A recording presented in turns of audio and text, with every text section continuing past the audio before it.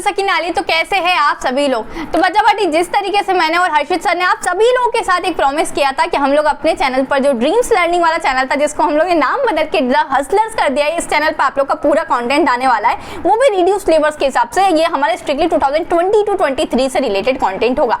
अब आपने इस कंटेंट में आप लोग को बहुत सारी चीजें यहाँ मिल रही होगी। साथ ही साथ एक और चीज मैं बता दूं, हर्षित सर की तरफ से 2022-23 के लिए सोशल साइंस का पहला चैप्टर आप लोग का बिल्कुल हो चुका है अपलोड, इकोनॉमिक्स का। तो आप लोग सभी लोग जाकर देख सकते हैं, और लाइक सब्सक्राइब शेयर तो आप लोग का बनता है यार, ये तो आपकी ड्यूटी है, इतना तो आप लोग कर सकते हैं। चलिए, तो आज हम लोग स्टार्ट करेंगे साइंस में केमिकल रिएक्शंस एंड इक्वेशन। और ये आप लोग की हसलर दीदी बिल्कुल आप लोग को साइंस कंप्लीट करवाने वाली है, वो भी बिल्कुल स्ट्रिक्टली हमारा नए सिलेबस के हिसाब से। और आप लोग के हसलर्स भैया मतलब हर्षित सर आप लोग को क्या करवाने वाले, बिल्कुल सोशल साइंस कंप्लीट करवाने वाले। तो जो उनका चैप्टर अपलोड हो गया है सोशल साइंस का, उसकी लिंक मैं डिस्क्रिप्शन में दे दूंगी। साथ ही साथ आप लोग को आई बटन में पिन कर दूंगी, आई बटन में ही डाल दूंगी, जिससे आप लोग को एक्सेस करने में कोई भी दिक्कत ना हो।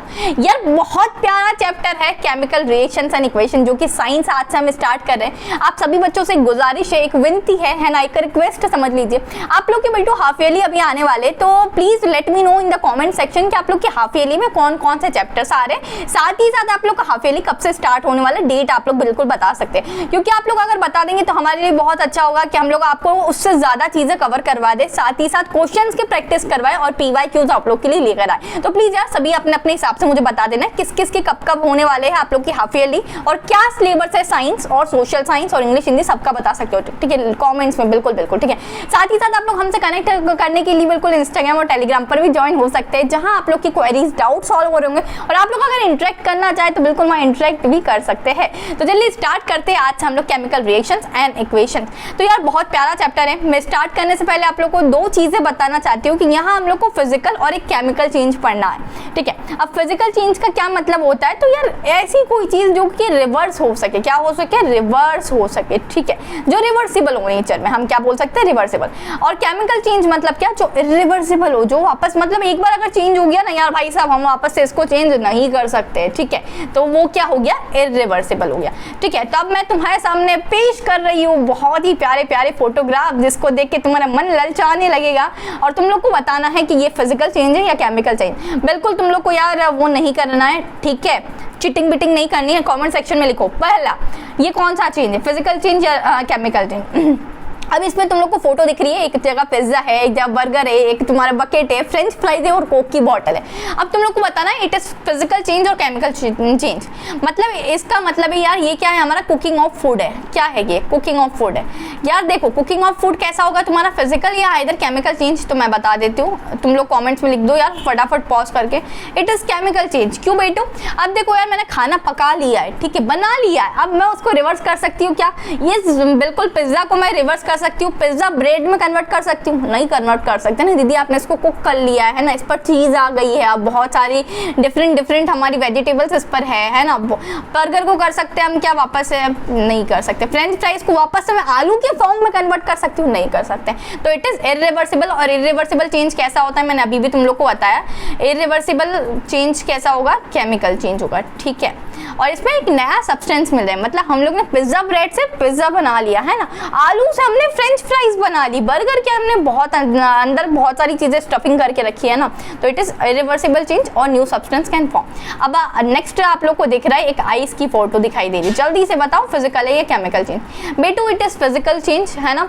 अब मैंने इसको फिजिकल चेंज क्यों कहा है, क्योंकि मैं इसको रिवर्स कर सकती हूँ। अब देखो यार एक बर्फ है मेरे पास, एक आइस का टुकड़ा है, अगर वो पिघल गया, पूरा मेल्ट हो गया ना, यहाँ हम पिघल गए, ठीक है तो यहाँ अगर वो पिघल जाता है तो मैं क्या कर सकती हूँ, उसको पानी बन जाएगा, वो क्या बन जाएगा, सिंपली वाटर बन जाएगा। उस वाटर को मैं वापस से आइस क्यूब में कन्वर्ट कर सकती हूँ क्या, डेफिनेटली यस यार। कैसे कन्वर्ट कर सकते हो, दी कुछ नहीं, हम लोग घर के फ्रीजर में जाके वो जो एक ट्रे आती है ना जिसमें हम बिल्कुल आइस क्यूब जमाते हैं, उसमें वापस डाल के आइस क्यूब वापस से जमा सकते हैं, बिल्कुल जमा सकते हैं। मतलब क्या हुआ, इसको रिवर्स, अगर ये मेल्ट होके वाटर बन रहा है तो वापस से हम क्या कर सकते हैं, उसको आइस के फॉर्म में रिवर्स कर सकते हैं, तो इट इज रिवर्सिबल।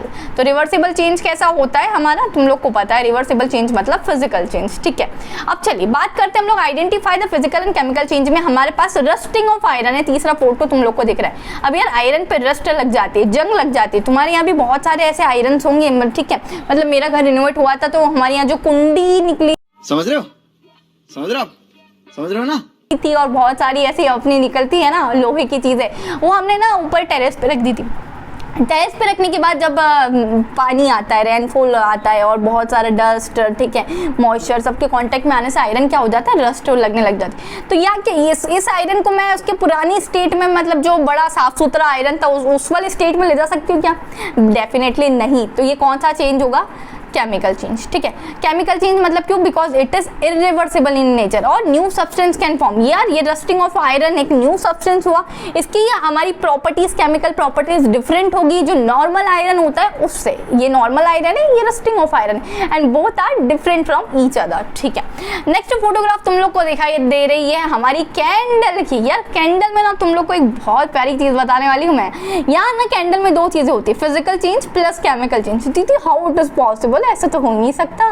बिल्कुल हो सकता है बच्चा पार्टी, बिल्कुल बेटू ऐसा पॉसिबल है। देखो मेल्टिंग हो रही है जहां ये पिघल रही है, ठीक है, बिल्कुल मोमबत्ती होती है ना यार, कैंडल होती है, ये देखो ये पिघल रही है, इसका है ना, इसका वैक्स पिघल रहा है। तो जो मेल्टिंग होती है ना इसमें, वो क्या होता है हमारा, कौन सा चेंज होगा मुझे बताओ?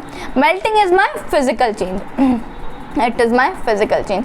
पर मैं अगर बात करूँ यार, मोमबत्ती यहाँ जल रही है, बहुत सारे लोग तुमसे जलते होंगे ना यार, नहीं तुम्हारे दोस्त में बहुत सारे होते हैं, बहुत सारे दुश्मन भी होते हैं। इसी तरीके से ये बर्निंग ऑफ कैंडल क्या हो गया? केमिकल चेंज हो गया।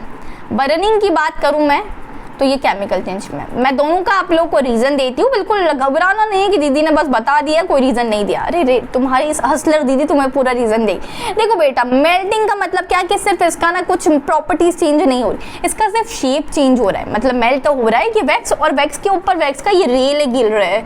हमारे यहाँ मतलब यार एमपी साइड बोलते हैं रेला गिर रहा है, ठीक है। तो ये रेला गिर रहा है ना, बाकी ये कोई चेंज नहीं हुआ है ना, ठीक है। तो ये कैसा चेंज है? हमारा फिजिकल चेंज। बर्निंग की बात करूँ तो यार देखो कैंडल जल रही है, बर्न हो रही है, ठीक है, तो बर्न होते होते छोटी भी हो जाएगी, मतलब बहुत सारी चीजें हो रही है, इट इज इरिवर्सिबल। अब मैं वो जो कैंडल छोटी हो गई उसको बड़ा तो नहीं कर सकती हूँ ना, है ना, उसकी हाइट बड़ी कर दी, उसको बड़ा कर सकती हूँ? नहीं कर सकती। तो मतलब क्या हो गया? It is irreversible. तो burning of candle is chemical change. और वहीं पे बात करूँ अगर मेल्टिंग ऑफ कैंडल की, तो मेल्टिंग ऑफ कैंडल हमारा है फिजिकल चेंज, ठीक है।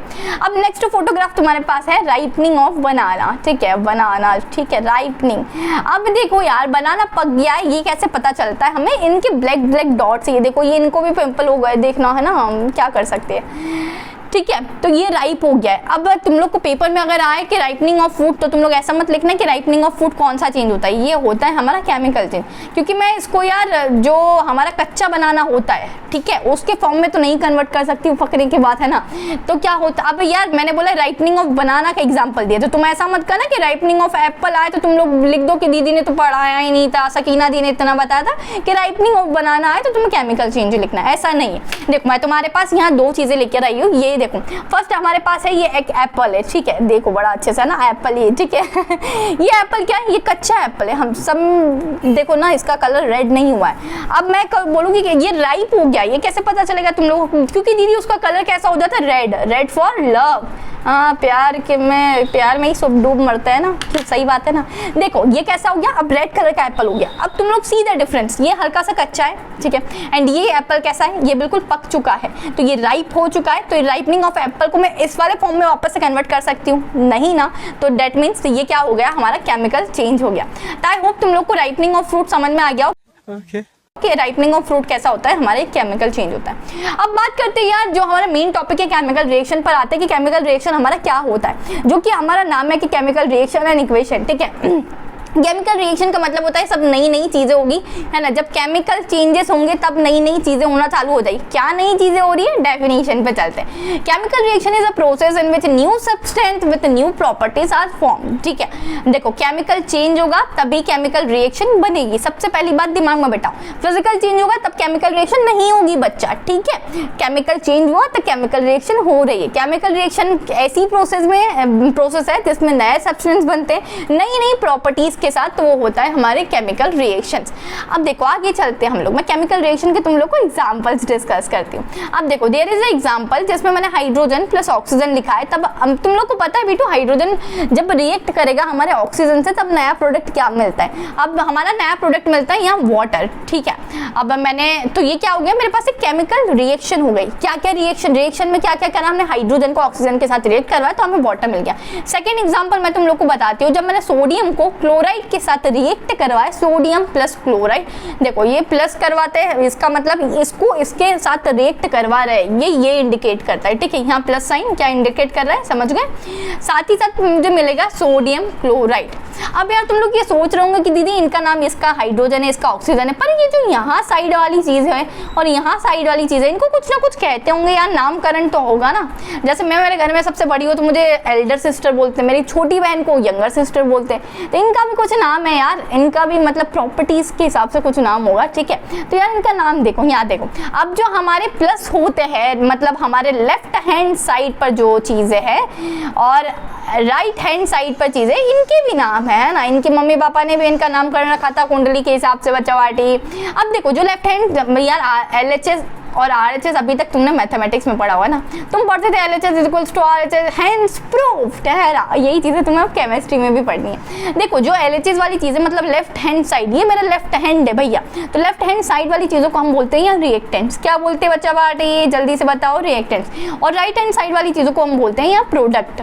तो बेटू आई होप तुम लोग समझ गए होंगे कि राइट हैंड साइड वाली चीजों को प्रोडक्ट बोलते हैं, वहीं हम लेफ्ट हैंड साइड वाली चीजों को रिएक्टेंट बोलते हैं, ठीक है। What are the reactants and products in this equation, अब तुम लोग को ये बताना है। इसमें मैं बता दे रही हूँ बी वाले में क्या होगा, ये वाली इक्वेशन में तो कौन कौन से रिएक्टेंट है और कौन कौन से प्रोडक्ट, ये तुम्हें मुझे कमेंट सेक्शन में बताना है, ठीक है। देखो इसमें अब लेफ्ट हैंड साइड कौन सा है, ये मेरे पास LHS साइड है, देखो ना ये लेफ्ट साइड प्रेजेंट है बेटू, तुम लोग तुम्हारे हाथ से भी बता सकते हो कि ये मेरा लेफ्ट हैंड है तो ये इधर LHS और ये मेरा राइट हैंड है मतलब इधर RHS। अच्छा हमको सिखा रही है। और ये मेरे क्या है RHS साइड पर, तो मैं इनको बोल सकती हूँ कि आयरन प्लस सल्फ्यूरिक एसिड, ये मेरे क्या है, ये मेरे रिएक्टेंट है क्या है बेटू, रिएक्टेंट। और आयरन सल्फेट प्लस हाइड्रोजन ये क्या है मेरे, मैं बोल सकती हूँ इनको ये मेरे प्रोडक्ट है बेटू, यस करेक्ट, ये क्या है हमारे प्रोडक्ट है। तो आई होप चीज़ें समझ में आ गई होगी। Sodium plus chloride it gives sodium chloride, तो ये तुम लोग को मुझे बताना कि इसमें कौन सा रिएक्टेंट है और कौन सा प्रोडक्ट है, तो let me know in the comment section. चलिए word equation to chemical equation, अब सीधी सी बात है, अभी जैसे तो अभी तक मैं लिख के बता रही थी तुम लोग को हाइड्रोजन की पूरे स्पेलिंग के साथ प्लस ऑक्सीजन की स्पेलिंग के साथ और इट गिव्स वाटर, ठीक है। तो अभी तक हम लोग ने इसको केमिकल फॉर्म में लिखा नहीं, मतलब ये वर्ड इक्वेशन थी, केमिकल इक्वेशन में नहीं लिखा है। वर्ड इक्वेशन मतलब क्या, जैसे मैं अगर मेरा नाम सकीना इस तरीके से लिख दो, अब मेरा नाम है ना केमिस्ट्री में नहीं लिखा था तो तुम ये मत बोलना कि दीदी केमिस्ट्री की लैंग्वेज में लिख के बताओ, है ना, मुझे पता है तुम्हारा कहाँ कहाँ तक दिमाग चल सकता है और तुम क्या क्या सोच सकते हो, ठीक है। ये रहा हमारा। अब तुम लोग के पास अब मुझे केमिकल इक्वेशन लिखना है, केमिकल फॉर्म में लिखना है। तो हाइड्रोजन तुम लोग को पता है हाइड्रोजन का सिंबल क्या होता है H। अब तुम लोग बोलेंगे दीदी ये 2 कहाँ से आया, इनका जन्म कैसे हुआ, तो ये 2 का जन्म हुआ, ये H2 मतलब क्या होता है बेटू, यहाँ एटोमिसिटी, क्या होता है एटोमिसिटी।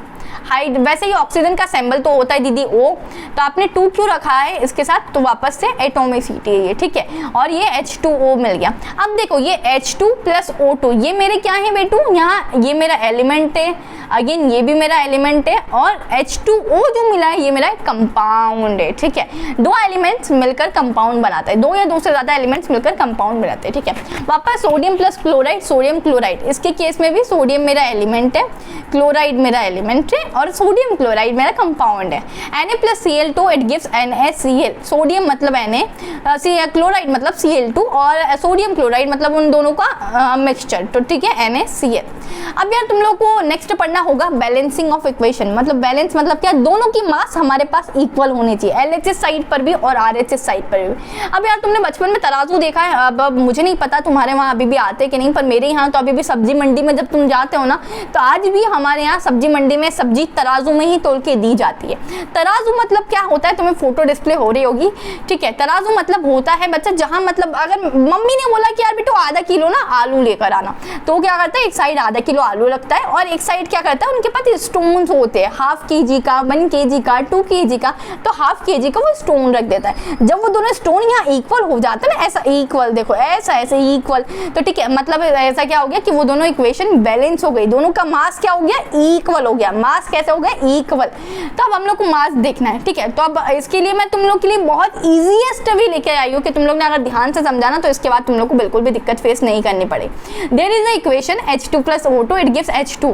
हम लोग को क्या करनी पड़ेगी, कि टेबल बनानी पड़ेगी। टेबल में मेरे को 3 चीजें लिखनी पड़ेगी, एलिमेंट्स, LHS और RHS। LHS का मतलब तो अभी मैंने तुम लोग को बताया था, लेफ्ट हैंड साइड में जो भी चीजें हैं, और RHS का मतलब राइट हैंड साइड में जो भी चीजें आप लोग की, ठीक है। अब एलिमेंट्स में मैंने दोनों एलिमेंट्स, कौन कौन से एलिमेंट्स प्रेजेंट है तो मैंने ये बताया था, ये एलिमेंट्स होते हैं और ये कंपाउंड होता है। आई होप तुम लोग ने अच्छे से देखा होगा, ठीक है। तो एलिमेंट्स में मेरे पास यहाँ एक हाइड्रोजन है मेरे पास प्रेजेंट और एक ऑक्सीजन, तो मैंने दोनों का नाम लिख दिया है, ठीक है।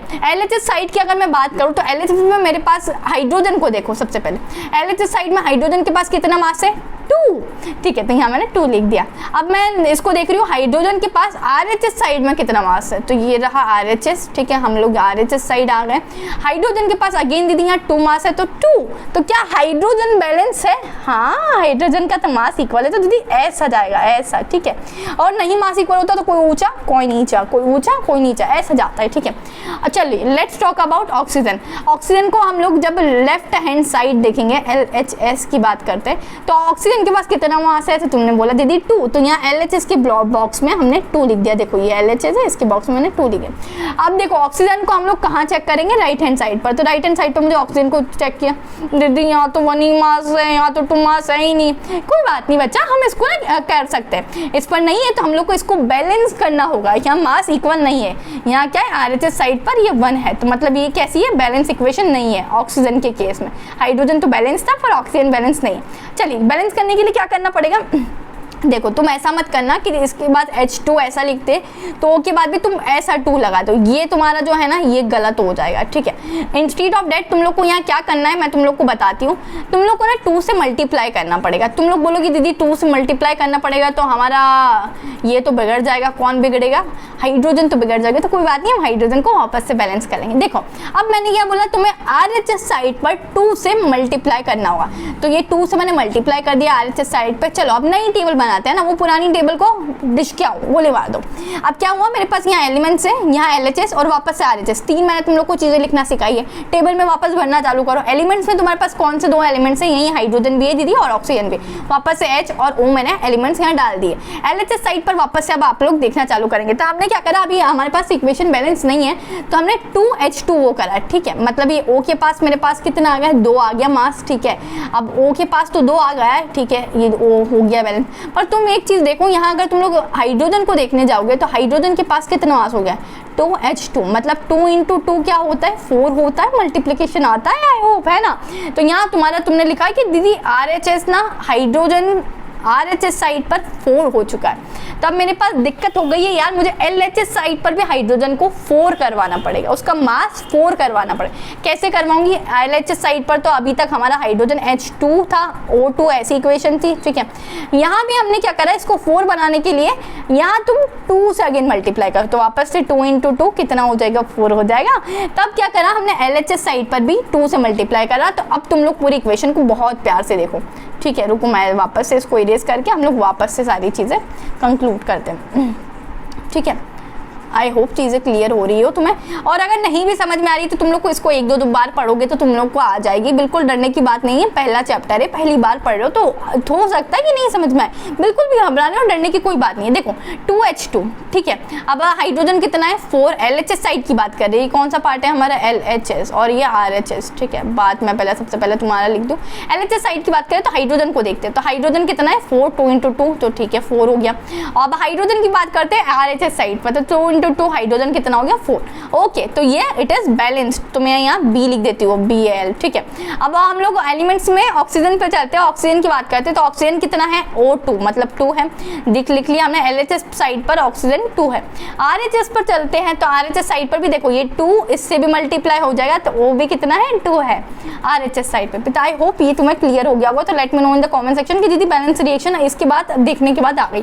बैलेंस केमिकल रिएक्शन, अब ये तुम लोग मुझे बताओगे, मैंने इसको पूरा सॉल्व करके तुम्हारे लिए रख दिया है। Na+Cl2 ये एलिमेंट्स बिल्कुल डाल रखे हैं, तुम लोग अपने से करना। देखो ये अनबैलेंस इक्वेशन है, अनबैलेंस्ड है ये, मैंने नेक्स्ट पीपीटी पे बैलेंस करके भी ये दिखाया, तो तुम इसको पॉज करके यहाँ अच्छे से देख सकते हो। एक एग्जांपल मैंने करवा दिया है, एक तुम लोग करके देख लेना, ठीक है बेटू।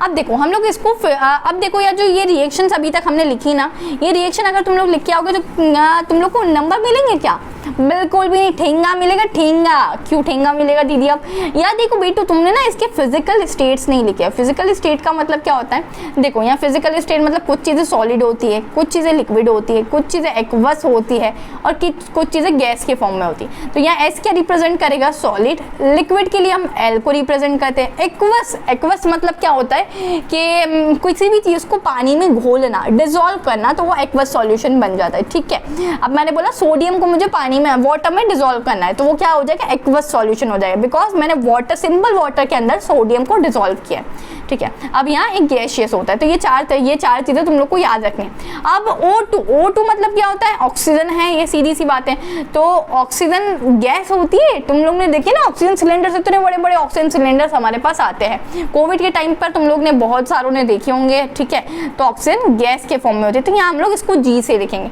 हाइड्रोजन, अगेन हाइड्रोजन भी एक गैस होती है, तो इसको कैसे लिखेंगे बताओ? इन 4 सैंपल्स में से 1 2 3 4 कौन सा सैंपल लिखेंगे? ऑफ कोर्स दीदी जी लिखेंगे। तो यहाँ ऑक्सीजन, हाइड्रोजन भी क्या होती है? गैस होती है। अब H2O, यार तुम बोलोगे दीदी ये वाटर है, पर आपने यहाँ जी लिखा है। बेटू देखो यहाँ मैंने ऑक्सीजन गैस को, हाइड्रोजन गैस को जब रिएक्ट करवाया तो मुझे वाटर मिलेगा, but in the form of water vapour, है ना, स्टीम के फॉर्म में मिलेगा, वाटर वेपर के फॉर्म में मिलेगा। तो यार वेपर के फॉर्म में मिल रहा है या स्टीम के फॉर्म में मिल रहा है, तो मतलब वो गैसियस हुआ, है ना। स्टीम क्या हुआ? स्टीम हम लोग, तुम लोग ने कभी देखा है, तुम लोग विक्स का स्टीम आता है, हम लोग पानी भरते हैं, उसमें विक्स के कैप्सूल्स डालते हैं और स्टीम होता है, तो पानी क्या है? स्टीम के फॉर्म में बाहर निकलती है। यार मैं, मेरे पास नीचे रखा हुआ है, अगर होता तो मैं तुम्हारे दिखाने के लिए लाती, नेक्स्ट लेक्चर में हम लोग याद रखेंगे। तो पानी स्टीम के फॉर्म में निकलता है, तो डेट इज गैस, ठीक है। वैसे ही हम दूसरा एग्जांपल देखते हैं कि हमारे पास क्या है। अब Fe मतलब क्या होता है? आयरन। आयरन मेरे पास एक मेटल होता है बेटू, आयरन क्या होता है? मेटल। तो इसीलिए ये सॉलिड फॉर्म में होता है आयरन, कभी भी तुम लोग देखो मेटल सॉलिड फॉर्म में ही होता है, ठीक है। अब H2O, तो H2O ये गैसियस फॉर्म में, मतलब वापस अगेन ये वाटर वेपर या स्टीम के फॉर्म में, ठीक है। तो यहाँ हम लोग जी लिखेंगे। Fe3O4, सीधी सी बात है, आयरन, और आयरन का कंपाउंड हमारा सॉलिड ही होगा, तो यहाँ मैं वापस S से रिप्रेजेंट करूंगी, S मीन्स मेरा सॉलिड, और प्लस 4H2, H2 मतलब हाइड्रोजन गैस, ठीक है। अभी हम लोग ये ऊपर पढ़ के आ रहे हैं, देखो ये रहा ना H2, तो यहाँ भी H2 मतलब मेरा हाइड्रोजन गैस होता है। अब मैं बात करती हूँ नीचे जिंक की, तो जिंक बताओ अगेन मेरा मेटल होता है कि नहीं? तुम्हारे हिसाब से, मेरे हिसाब से तो मेटल होता है, ठीक है। तो मैं जिंक को सॉलिड से रिप्रेजेंट कर दूंगी वापस से, ठीक है। अब नेक्स्ट बारी आती है हमारे HCl मतलब हाइड्रोक्लोरिक एसिड। अब यार हाइड्रोक्लोरिक एसिड के आगे तुम्हारा एक्वस लिखा हुआ है, मतलब पानी में, ये जैसे मान लो ये वाटर है, वाटर में हम लोग हाइड्रोक्लोरिक एसिड को डिसॉल्व करते तो वो क्या हो जाता है? एक्वस सॉल्यूशन बनेगा। मैंने अभी तुम लोग को बताया था ना, नॉर्मल वाटर में तुम किसी भी चीज को डिसॉल्व कर रहे तो वो क्या बन जाएगा? तुम्हारा एक्वस सॉल्यूशन बन जाएगा। तो ZnCl2 एक्वस और प्लस H2 ये क्या हो जाएगा? गैस। तो यहाँ मैंने G से रिप्रेजेंट कर दिया। आई होप बच्चों तुम लोग को ये समझ में आ गए होंगे स्टेट्स, और नहीं भी आ रहे हैं तो तुम लोग जितने मेटल्स है वो सॉलिड होते हैं। गैस मतलब ये ऑक्सीजन गैस होती है, हमारी हाइड्रोजन गैस होती है, नाइट्रोजन गैस होती है, तो ये H2 N2 O2 इन सभी के आगे तुम G लिख दोगे, ठीक है। ये इन सभी के आगे तुम लोग को G लिखना है, ठीक है। अब नहीं समझ में आई होगी तो शायद वाटर वेपर नहीं समझ में आया होगा, तो ये तुम लोग जैसे जैसे प्रैक्टिस करोगे ना, ये चीज़ें तुम्हें क्लियर हो जाने लगेगी। तो बिल्कुल भी इस चीज़ का तुम लोग को टेंशन नहीं लेना है ना। मैं सारी चीज़ें तुम लोग को बिल्कुल, आई प्रॉमिस कि तुम लोग को फ्री ऑफ कॉस्ट सभी चीज़ें करवाऊंगी। यहाँ हम लोग PYQs भी हम लोग सॉल्व करेंगे। नेक्स्ट होता है हमारे पास बेटू characteristics of a chemical reaction. अब यार कोई केमिकल रिएक्शन हो रही है तो हम उसको कैसे पहचान सकते हैं कि केमिकल रिएक्शन है? अब लेट अस सपोज कि कभी तुम लोग को तुम्हारी हसलर्स दीदी और सकीना दीदी रोड पर चलते हुए दिख गई, या कभी हम लोग जिंदगी में मिल लिए, तो तुम कैसे पहचानोगे कि ये सकीना दीदी है? मेरे चेहरे से, bye my face, bye my voice, क्योंकि तुम लोग ने मेरा चेहरा देख रखा है, मेरी बातें सुन रखी है, मेरी आवाज़ पहचानते हो, तो तुम लोग पहचान सकोगे कि हाँ ये तो सकीना दीदी है, वेरीफाइड है ना, हमारी हसलर्स दीदी है, बिल्कुल द हसलर्स वाले चैनल वाली दीदी है। वैसे ही हम किसी केमिकल रिएक्शन को कैसे पहचान सकते हैं, तो देखो जब केमिकल रिएक्शन कोई भी अपना स्टेट चेंज करती है, ठीक है, अपना कलर चेंज करती है, टेम्परेचर भी चेंज होता है जब एक केमिकल रिएक्शन होती है, गैस उसमें से निकलती है, वॉल्यूशन ऑफ गैस, धूम है ना, स्वाहा, वैसा वाला, ठीक है। साथ ही साथ फॉर्मेशन ऑफ प्रेसिपिटेट। प्रेसिपिटेट का मतलब होता है बेटू कि पानी में जो चीज़ सॉल्यूबल नहीं होती है ना, एक लिक्विड में जो चीज़ सॉल्यूबल नहीं होती है वो बोलते हैं प्रेसिपिटेट। लेट अस सपोज हम लोग एक एग्जांपल लेते हैं कि सैंड का, ठीक है, जो रेती आती है ना, रेती को अगर तुम पानी में डाल दोगे ना तो वो कभी भी डिसॉल्व नहीं होती, वो सेटल डाउन हो जाएगी, नीचे बैठ जाएगी, पर डिसॉल्व नहीं होगी।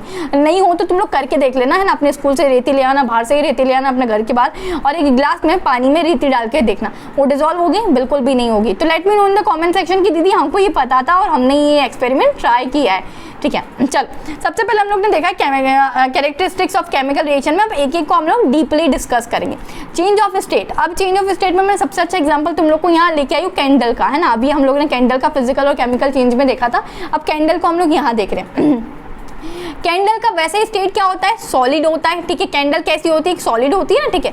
कैंडल किस चीज से मिलकर बनी होती है? वैक्स से मिलकर। कौन सा? WAX। अब ये वैक्स वो वाला पार्लर वाला वैक्स नहीं होते, ठीक है, जो गर्ल्स पार्लर में करवाती, बॉयज भी करवाते, जो मॉडलिंग शॉडलिंग करते रहते हैं, ठीक है। वाह क्या सीन है। वो वैक्स नहीं है, ये मोमबत्ती वाला वैक्स होता है, ठीक है। अब जब हम लोग कैंडल को, ये तो सॉलिड होता है, अब ये स्टेट कैसे चेंज कर रहा है दीदी? ये तो सॉलिड दिख रहा है हम लोग को। जब हम कैंडल को बेटू बर्न कर रहे हैं, ठीक है, जब मैंने कैंडल को जलाया तो बर्निंग ऑफ कैंडल के टाइम पर बहुत हीट निकलती है, ठीक है। जब मैं बचपन में छोटी थी ना तो हमारे एरिया में बहुत लाइट जाती थी, तो पता है हमारे मतलब हम लोग समटाइम्स कैंडल जलाते थे जब बहुत टाइम तक लाइट चली जाती थी। तो तुम लोग देखना, जिसके यहाँ अभी भी कैंडल जलाते होंगे तो तुम्हारे ऊपर की जो हमारी दीवार वाली छत होती है ना, काली होने लग जाती है। क्यों? हीट की वजह से, बहुत ज़्यादा हीट की वजह से काली होने लग जाती है। और हीट की वजह से दूसरा कैंडल पर क्या असर होता है? कैंडल पर क्या असर होता है? हीट की वजह से ना ये पिघलने लगती है, ठीक है। तुम भी कभी कभी किसी को देख के पिघलने लगते हो, है ना। वैसे तो तुम लोग नहीं पिघलते हो, पर हाँ समटाइम्स हम भी किसी को देख के पिघलने लगते हैं और तुम भी किसी को देख के पिघलने लगते हो। ऐसे में बड़ा सख्त लौंडा हूं, लेकिन यार यहाँ में पिघल गया। तो यहाँ कैंडल किस चीज को देखकर पिघल रही है? तो कैंडल यार हीट को, जब उसको बहुत ज्यादा हीट मिल रही है ना, हॉट हो गया है वो, तो यहाँ पिघल रही है, ठीक है। तो आई होप तुम लोग को ये एग्जांपल से समझ में आ गया हो। वैसे कैंडल क्या होता है? सॉलिड, हीट की वजह से, due to presence of heat की वजह से ये लिक्विड और मोल्टन वैक्स में कन्वर्ट हो जाता है। देखो ये रेले गिर रहे हैं, ये पिघल रहा है। क्या हो रहा है? ये धीरे धीरे पिघल रहा है। तो ये कैसा? ये पिघलता रहता है, तो ये मोल्टन और लिक्विड स्टेट में कन्वर्ट हो जाता है। और जब बर्निंग ऑफ कैंडल होता है बेटू, तो यहाँ हमारे पास Ca2 + H2O गैस इवॉल्व होती है, जिससे हमारी दीवार भी काली होने लग जाती है, ठीक है। चलिए नेक्स्ट होता है हमारे पास change in colour. Change in colour का तुम लोग एक बहुत ही अच्छा एग्जांपल देख सकते हो, जैसे कि मैंने अभी तुम लोग को दो एप्पल्स दिखाए थे। ये एप्पल हल्का सा मेरा कच्चा है, तो इसका कलर ये इस हल्का सा मतलब लाइट ग्रीनिश टाइप पे तुम लोग को कुछ दिख रहा होगा, ठीक है, लाइट ग्रीनिश हल्का से। देखो ये हल्का हल्का रेड हो रहा है, मतलब इट स्टार्ट टू राइप, ठीक है, ये पकना चालू कर दिया है। और जब ये पक जाता है तो ये कम्प्लीटली रेड दिखाई देने लगता है। देखो रेड रेड रेड है ना, रेड कलर प्यार का होता है, डेंजर का होता है, बहुत सारी चीज़ें रेड में होती है।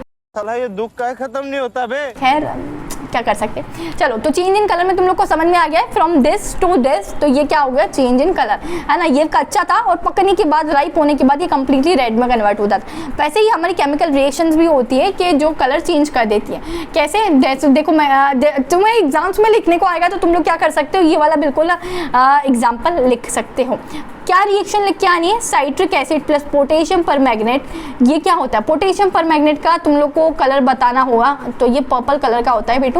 जब इसकी रिएक्शन मैंने करवाई तो ये यहाँ हमें कलरलेस मिल जाता है। देखो ये कलरलेस मिला, तो तुम्हें यही एग्जाम्पल में लिख कर आना है। ये रिएक्शन लिखोगे तो तुम लोग को बिल्कुल फुल नंबर मिल जाएंगे। कैरेक्टरिस्टिक्स ऑफ कार्बन में हमने चेंज ऑफ स्टेट देखा, चेंज इन कलर देख लिया। चेंज इन टेम्परेचर की बात करूँ, क्योंकि टेम्परेचर भी चेंज होता है जब केमिकल रिएक्शन होती है। देखो क्विक लाइम है ना, क्विक लाइम का मतलब होता है CaO, मतलब कैल्शियम ऑक्साइड को जब हम लोग वाटर से रिएक्ट करवाते हैं, H2O से रिएक्ट करवाते हैं, तब हमारे पास मिलता है स्लीक्ड लाइम, है ना। क्या मिलता है है हमारे पास स्लेक्ड लाइम, और स्लेक्ड लाइम को हम स्लेक्ड लाइम और दूसरा हमारे पास बाई प्रोडक्ट मिलता है वाटर, ठीक है। तो ये तुम लोग को पता है, ये हमारे रिएक्टेंट्स है, ये हमारे प्रोडक्ट है, ठीक है। तो क्विक लाइम का formula CaO calcium oxide plus water H2O, उसको रिएक्ट करा, स्लेक्ड लाइम मिल गया, मतलब क्या होता है CaOH होल ट्वाइस, मतलब कैल्शियम हाइड्रोक्साइड मिल रहा है। ये क्या मिल रहा है? Calcium hydroxide plus heat evolve होती है इसमें, है ना, हीट निकल रही है। जैसे मैंने तो तुम लोग को बोला था इवोल्यूशन ऑफ गैस होता है, यहाँ देखो इवोल्यूशन ऑफ गैस में यहाँ तुम लोग को ना चैप्टर में मतलब केमिकल रिएक्शन में दो टाइप की केमिकल रिएक्शन होती है, एक होती है एक्सोथर्मिक और एक होती है एंडोथर्मिक। तो ये दोनों चीज़ें मैं तुम लोग को पीछे बताने वाले। चलो अभी हम बात करते हैं इवोल्यूशन ऑफ गैस पर, मतलब गैस निकलती है ना, अलग अलग टाइप की गैस निकल सकती है, ऑक्सीजन निकल सकता है, हाइड्रोजन निकल सकता है, नाइट्रोजन निकल सकता है। तो चलिए देखते हैं एग्जाम्पल से। इवोल्यूशन ऑफ गैस में तुम लोग को 2-3 रिएक्शंस बता देती हूँ, तुम्हें जो आसान लगे तुम ये लर्न कर लेना, और वो तुम लोग एग्जाम्स में पर्टिकुलरली लिख सकते हो। देखो Zn+2HCl, मतलब जिंक को जब मैंने हाइड्रोक्लोरिक एसिड के साथ रिएक्ट करवाए तब मुझे मिलता है जिंक क्लोराइड, ZnCl2 मिलता है, प्लस हाइड्रोजन गैस इवॉल्व हो रही। जो ये हाइड्रोजन गैस है ना बेटू, ये क्या हो रही है? इवॉल्व, मतलब निकल रही है, उड़ रही है ना, ये एनवायरमेंट में निकल रही है, ठीक है। वैसे ही मैंने जब आयरन को सल्फ्यूरिक एसिड के साथ रिएक्ट करवा, मतलब Fe+H2SO4, तब मुझे मिलता है या FeSO4 मिलता है मुझे, और साथ ही साथ यहाँ भी क्या हो रही है? हाइड्रोजन गैस इवॉल्व होती है, ठीक है। अब तुम लोग को मुझे FeSO4 का यहाँ नाम बताना है कि FeSO4 का नाम क्या होता है, ठीक है। Na2CO3, इसको हम लोग बोलते हैं सोडियम कार्बोनेट। जब इसको हम लोग रिएक्ट करवाते हैं डाइल्यूट हाइड्रोक्लोरिक एसिड के साथ, मतलब अगेन HCl के साथ रिएक्ट कराऊंगे, तब मुझे मिल जाता है NaCl मिल गया, H2 अलग हो जाता है, मतलब वाटर यहाँ अलग हो चुका है। साथ ही जो गैस इवॉल्व हो रही है ना, जो गैस निकल रही है, वो होती है हमारी CO2, ठीक है। कार्बन डाइऑक्साइड वाली गैस यहाँ क्या होती है? इसके आगे G लिख लेना, मैं भूल गई हूँ लिखना। तो ये इवॉल्व हो रही है, ये क्या हो रही है? इवॉल्व हो रही है, ठीक है। तो तुम लोग तीनों रिएक्शन में पता चल गया कि यहाँ कौन कौन सी गैस तीनों रिएक्शन में इवॉल्व हो रही है। दो में तो H2 इवॉल्व हो रही है, ये रही H2 और ये रही, और एक में हो रही है CO2 इवॉल्व, ठीक है। लास्ट हमारा पता चलता है कि हम लोग का केमिकल रिएक्शन को कैसे पहचान सकते हैं। तो हम लोग प्रेसिपिटेट, मतलब उसमें PPT बनती है। PPT का मतलब अब है ना पावर पॉइंट प्रेजेंटेशन नहीं है बच्चा, यहाँ PPT का मतलब है प्रेसिपिटेट, Okay. ठीक है। अब देखो प्रेसिपिटेट में तुम लोग को एग्जाम में आएगा तो कौन सी रिएक्शन लिखने को आनी है, तो देखो KI मतलब potassium iodide plus PbNO3 twice, है ना, लेड नाइट्रेट। अब ये रिएक्ट करेगा तो PPT बनती है हमारी येलो कलर की। देखो यहाँ PbI2 येलो कलर की एक PPT बनती है, मतलब that is insoluble in water. PPT क्या होती है? जो घुलती नहीं है, ऐसे जम जाती है नीचे, ठीक है, ऐसे जम जाती। तो यहाँ प्रोडक्ट मिल रहा है 2KNO3, इसका नाम तुम लोग मुझे बताओ कि इसका क्या नाम है ना, और PbI2। इस पूरी रिएक्शन का तुम लोग को नाम लिखना है कॉमेंट सेक्शन में, और मैं सारे कॉमेंट्स आप लोग के रीड आउट करूंगी, तो प्लीज यार कॉमेंट्स में लिख कर जाना, तो जिससे मुझे भी पता चलेगा कि मेरे बच्चा पार्टी को, मेरे B2 को कितना चैप्टर समझ में आ रहा है। चलिए बच्चा, यहाँ तुम लोग ने अब यहाँ खत्म करा कि 5 टाइप के कैरेक्टरिस्टिक्स होते हैं हमारे केमिकल रिएक्शन को पहचानने के लिए। स्टेट चेंज होता है, कलर चेंज होता है, टेम्परेचर चेंज होता है, गैस इवॉल्व हो रही है, निकल रही है, और प्रेसिपिटेट बनता है। अब केमिकल रिएक्शन भी यहाँ बहुत तरीके की होती है, मतलब टाइप्स ऑफ केमिकल रिएक्शन हम लोग को पढ़ना है। 5 तरीके की केमिकल रिएक्शन यहाँ हमारे पास होती है। फर्स्ट वन होती है कॉम्बिनेशन रिएक्शन, एक होती है डिकम्पोजिशन रिएक्शन, एक डिस्प्लेसमेंट रिएक्शन, एक double displacement reaction, and fifth is redox reaction. तो चलिए कॉम्बिनेशन, यार कॉम्बिनेशन से तुम लोग को वर्ड से ही समझ में आ रहा है कि रिएक्शन क्या कर रही होगी, कंबाइन कर रही होगी। अब यार कॉम्बिनेशन से बहुत सी बार हम लोग कपड़े लेने जाते हैं तो हम बोलते हैं ना यार ये ब्लैक टॉप पर कौन से कलर की जीन्स अच्छी लगी, कौन सा कॉम्बिनेशन बैठेगा इस पर, वैसे ही कॉम्बिनेशन हमको रिएक्शंस के बीच में जमाना है। तो कॉम्बिनेशन रिएक्शन में क्या होता है, देखो ये दोनों रिएक्शन ये बड़ी आसान सी है, तुम लोग को पढ़ते से लर्न हो जाएगी। Combination reactions are those reaction in which 2 और more substance combine to form a single substance, ठीक है। दो से ज्यादा सब्सटेंस मिलते हैं एक सब्सटेंस बनाने के लिए, सिंगल सब्सटेंस बनाने के लिए। अब देखो ये NCERT की तुम्हारी डेफिनेशन है, तो तुम लोग बिल्कुल ये भी देख सकते हो कि reaction in which a single product is formed from 2 और मोर रिएक्टेंट्स। एक सिंगल प्रोडक्ट बनता है 2 और 2 से ज़्यादा रिएक्टेंट्स को रिएक्ट करवा के या कंबाइन करवा के, ठीक है, एक प्रोडक्ट बनता है, और उस रिएक्शन को हम लोग बोलते हैं कॉम्बिनेशन रिएक्शन। दोनों में से जो भी आसान लगे तो वो तुम लोग लर्न कर सकते हो, पर ये लैंग्वेज और इसी की मतलब इन्हीं की भाषा में तुम लोग को लैंग्वेज लिख कर आनी पड़ेगी। तुम तुम्हारी भाषा में कुछ भी लिख कर आओगे तो बेटू नंबर नहीं मिलेंगे। बोर्ड्स में थोड़ी सी बुकिश लैंग्वेज हमें लिखनी पड़ती है। आसान है, मुझे नहीं लगता कि इसमें कुछ रॉकेट साइंस है कि तुम लोग नहीं याद कर सकते, ठीक है। एग्जाम्पल्स की अगर मैं बात करूँ तो यहाँ एग्जाम्पल्स में तुम्हारे पास CaO प्लस H2O, तो ये मतलब ये CaO अभी मैं तुम लोग को पढ़ा के आ रही हूँ, है ना। ये CaO मतलब कैल्शियम ऑक्साइड, ये इसको हम लोग नाम देते क्विक लाइम, क्विक, है ना।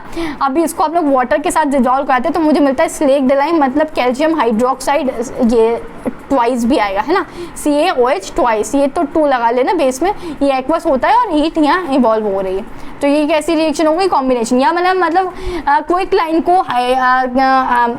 वाटर के साथ रिएक्ट करवाए तो मुझे क्या मिल रहा है, स्लेक लाइम मिल रहा है, साथ ही साथ हीट निकल रही है। वैसे ही तुम कोई भी रिएक्शन लिख सकते हो बेटो, तुम ये भी लिख सकते हो H2 प्लस O2, ठीक है, ये रिएक्शन लिख सकते हो या कोई भी रिएक्शन। अब नीचे मैंने तुम लोग को वापस से C6H12O6, इसका मतलब होता है ग्लूकोज। इसको मैंने जब ऑक्सीजन से रिएक्ट करवाया तब मुझे यहाँ मिलता है, देखो इन दोनों को कंबाइन करवाया तो मुझे एक प्रोडक्ट मिल रहा है, CO2 मिल रहा है, साथ ही साथ H2 मिल रहा है और एनर्जी इसमें इवॉल्व हो रही है, ठीक है। ये हमारी combination reaction.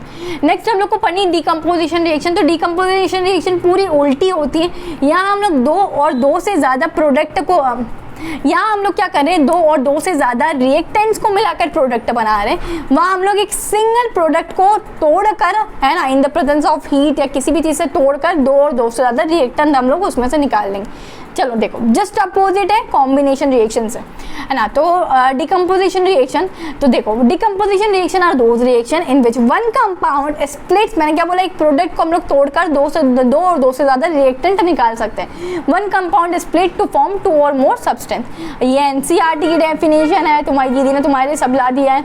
A single reactant break down to give a simpler product, so this is decomposition reaction. और decomposition reactions are the exact opposite of combination reaction.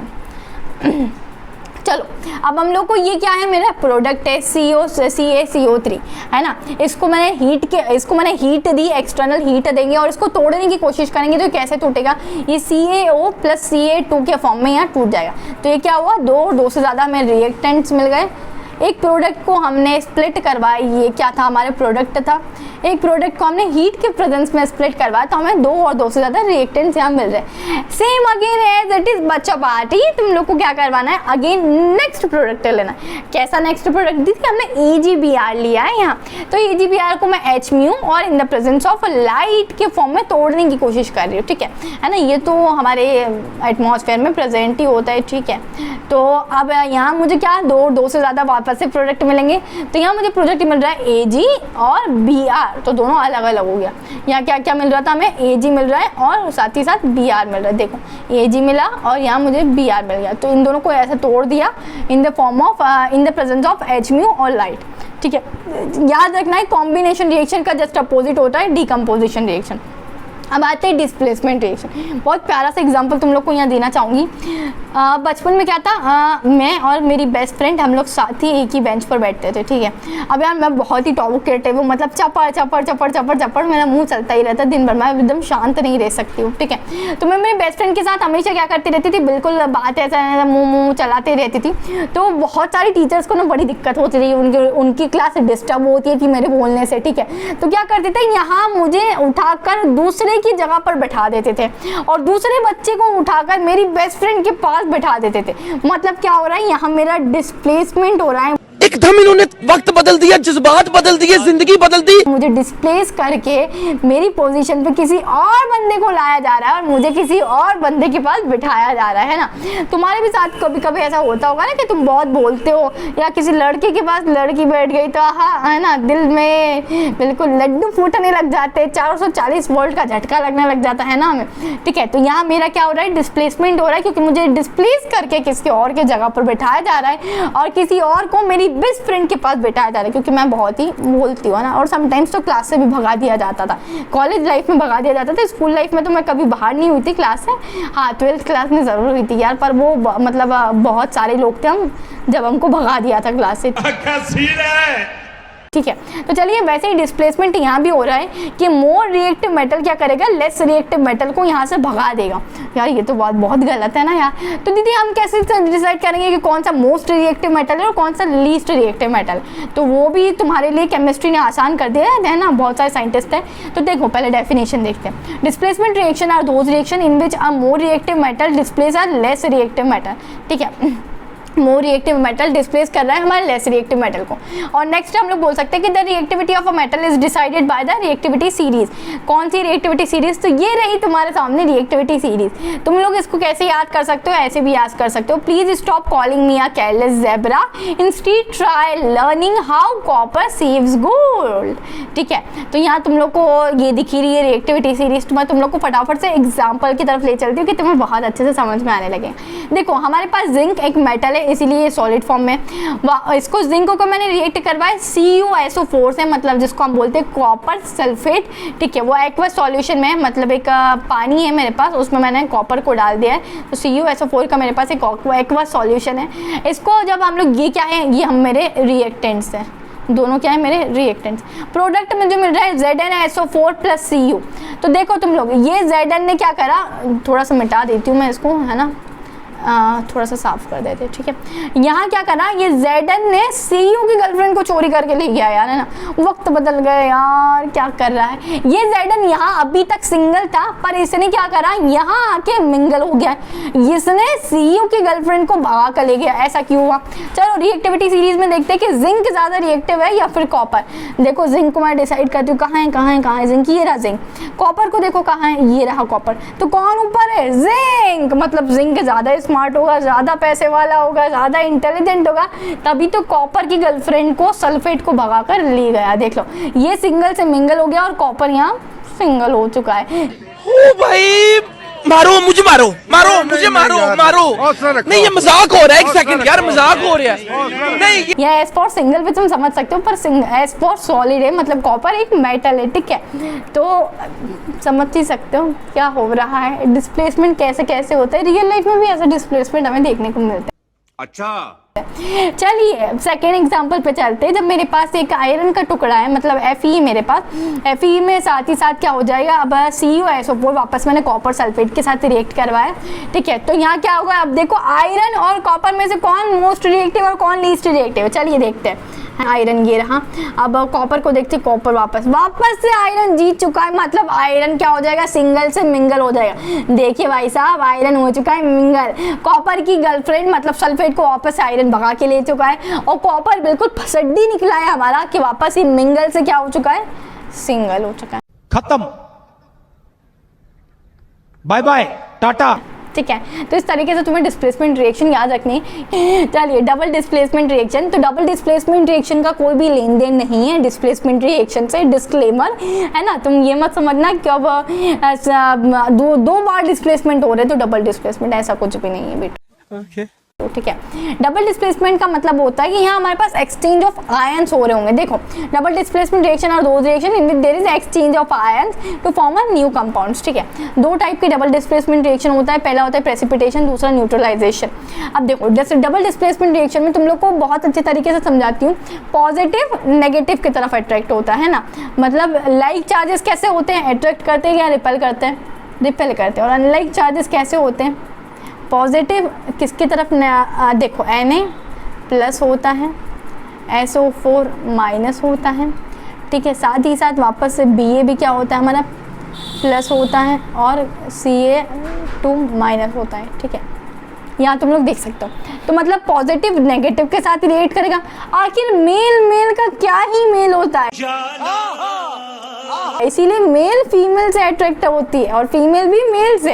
तो अब ये जो Na है ना, ये किससे रिएक्ट होगा, Cl2 के साथ रिएक्ट होगा, और ये SO4 है, ये Ba के साथ रिएक्ट होगा। ठीक है, अब तुम लोग को यहाँ पॉजिटिव नेगेटिव अगर नहीं पता कि कौन सा पॉजिटिव है और कौन सा नेगेटिव है, तो मैं तुम लोग को एक अच्छा तरीका बताती हूँ। तुम Na को A दे सकते हो, SO4 को B, वापस से Ba को A दे सकते हो और इसको B। ठीक है, अब ये A क्या करेगा, इस वाले के साथ B से रिएक्ट कर लेगा, और ये B क्या करेगा, A के साथ रिएक्ट करेगा। It's so simple.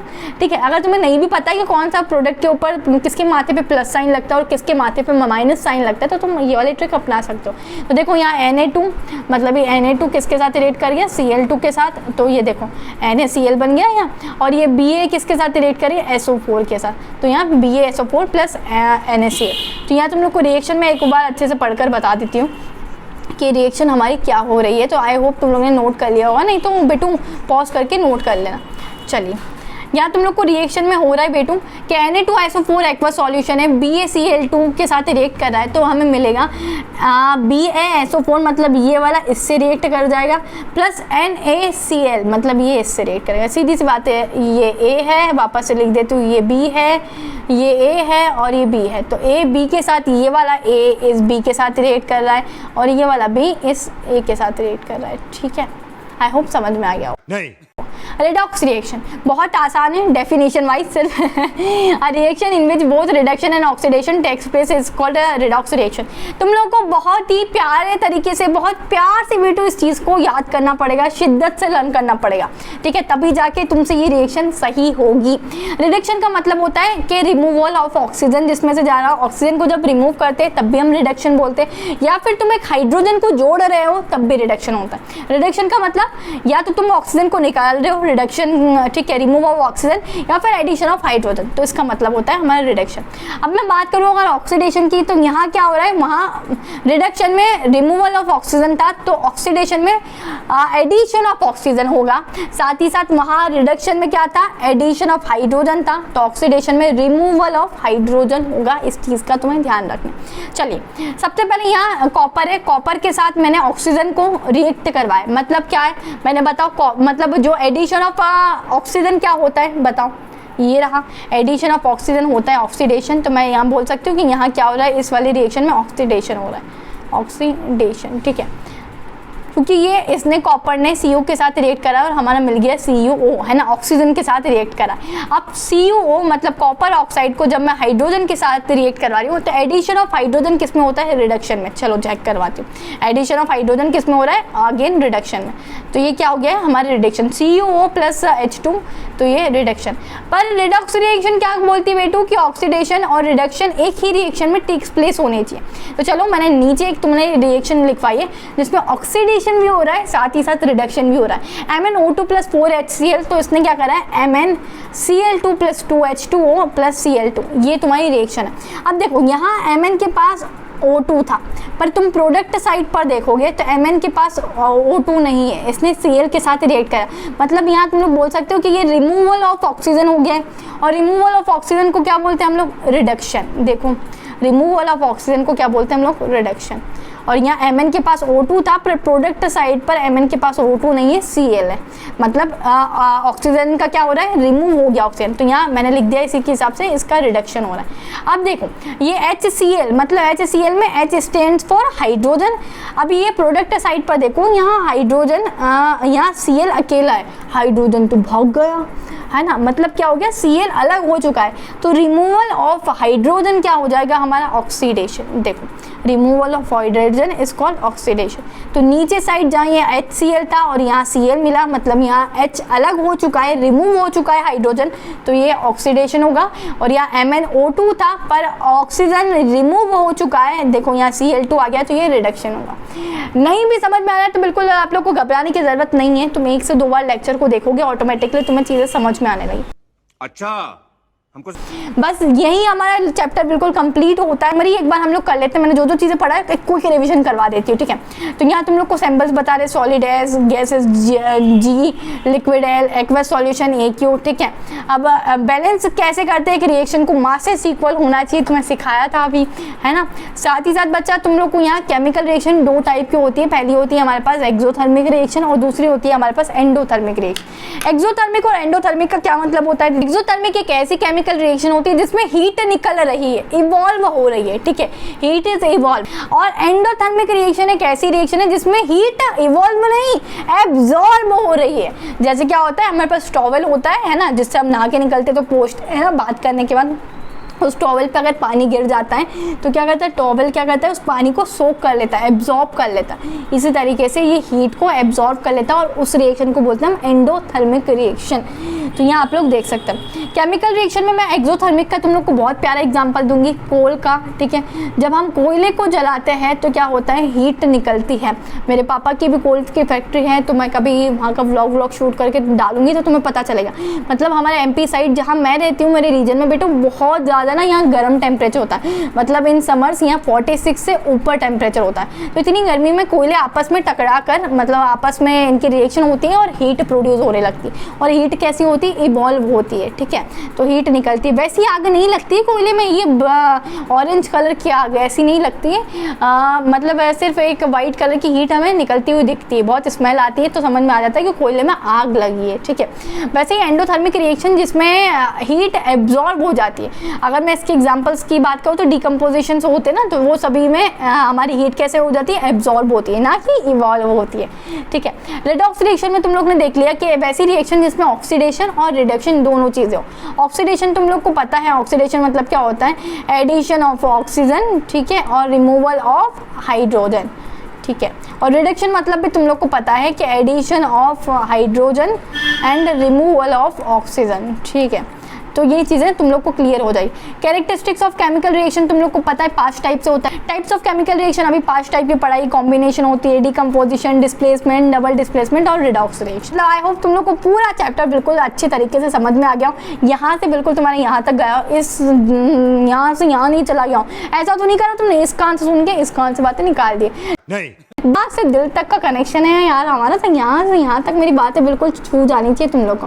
साथ ही साथ बच्चों आप लोग को हैंड रिटन नोट्स भी मिल जाएंगे बहुत ही जल्दी हमारी वेबसाइट पर www.thehustlers.in पर अवेलेबल होंगे। तो आप लोग के हाफ ईयरली से पहले मैं आप लोग को हैंड रिटन नोट्स भी प्रोवाइड कर दूंगी, और वो भी फ्री ऑफ कॉस्ट। तो इसी के लिए यार चैनल को ज़रूर सब्सक्राइब कर लीजिएगा, बिकॉज यार दिल से बुरा लगता है। अरे भाई समझ के बोल रहा हूँ यार, बुरा लगता है भाई, आप लोग भी जानते हो यार।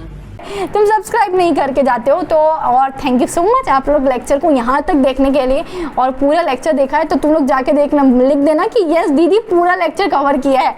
लास्ट में आप लोग की थैंक्स की स्लाइड तक मैं आ चुका हूँ। Do you have any question? अगर तुम लोग को क्वेश्चन हो तो तुम लोग हमारे टेलीग्राम ग्रुप को ज्वाइन कर सकते हो, साथ ही साथ इंस्टाग्राम पर भी हमें फॉलो कर सकते हो। तो चलिए बच्चा पार्टी, इसी के साथ बोलती हूँ मैं आप लोग से नेक्स्ट वीडियो में विदागिरी आप लोगों से लेती हूँ। आप लोग का सोशल साइंस का तो ऑलरेडी बिल्कुल अपलोड होना चालू हो गया है। आज आप लोग की पहली वीडियो आ चुकी है साइंस की। आप लोग प्लीज़ रिक्वेस्ट है कि आप लोग हाफ ईयरली का सिलेबस बिल्कुल मेरे को बता के जाए कि आप लोग को क्या क्या चीज़ें हाफ ईयरली में आ रहे हैं, तो उसी हिसाब से मैं आप लोग को सारे चैप्टर्स हाफ ईयरली के कवर करवा दूंगी।